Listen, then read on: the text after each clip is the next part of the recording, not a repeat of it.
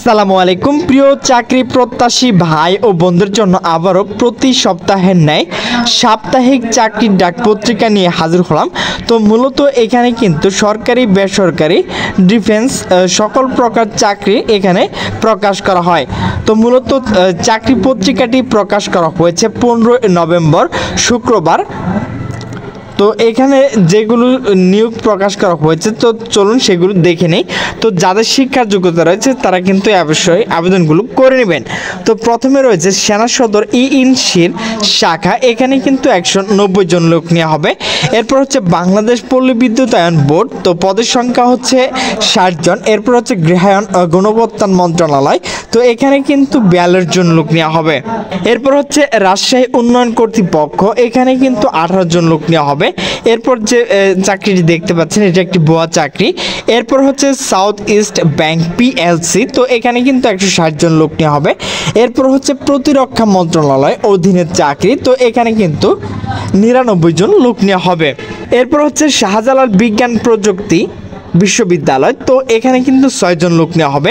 এরপর হচ্ছে সামরিক হাসপাতাল সাভার ইমার্জেন্সি, তো এখানে কিন্তু 14 জন লোক নেওয়া হবে। এরপর হচ্ছে বাংলাদেশ প্রকৌশল বিশ্ববিদ্যালয় ঢাকা, তো এখানে কিন্তু 20 জন লোক নেওয়া হবে।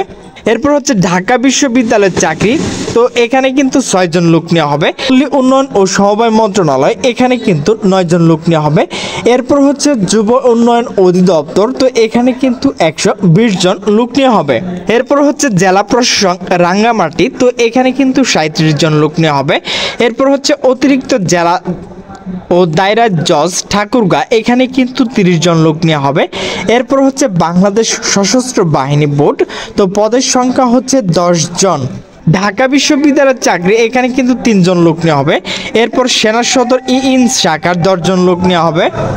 এরপর হচ্ছে নোয়াখালী বিজ্ঞান প্রযুক্তি বিশ্ববিদ্যালয়, পদের সংখ্যা হচ্ছে 6 জন। হচ্ছে ঢাকা দক্ষিণ সিটি কর্পোরেশন, এখানে কিন্তু অনেকগুলো লোক নেওয়া হবে। এরপর হচ্ছে cantonment public school and college Khulna, তো এখানে কিন্তু 3 জন লোক নেওয়া হবে। Cantonment public school and college Rangpur, পদের সংখ্যা হচ্ছে 10 জন। এরপর হচ্ছে বাংলাদেশ সেনাবাহিনী স্কুল অ্যান্ড কলেজ পটুয়াখালী, এখানে কিন্তু 10 জন লোক নেওয়া হবে। এরপর হচ্ছে বাংলাদেশ প্রকৌশল বিশ্ববিদ্যালয় ঢাকা, তো এখানে কিন্তু লোক নেওয়া হবে 7 জন। এরপর হচ্ছে রুরাল পাওয়ার কোম্পানি লিমিটেড, তো এখানে কিন্তু লোক নেওয়া হবে। এরপর হচ্ছে নোয়াখালী পল্লী বিদ্যুৎ সমিতি, তো পদের সংখ্যা হচ্ছে 4 জন। বাণিজ্য মন্ত্রণালয়ের নিয়োগ, তো এখানে কিন্তু 3 জন লোক নেওয়া হবে। এরপর হচ্ছে শরীয়তপুর পল্লী বিদ্যুৎ সমিতি, এখানে কিন্তু 3 জন লোক নেওয়া হবে। তো ভিউয়ার্স, আমার ভিডিওটি যদি ভালো লাগে তাহলে অবশ্যই লাইক কমেন্ট শেয়ার করবেন। তো সকল সুস্থ থাকবেন, ভালো থাকবেন, আল্লাহ হাফেজ।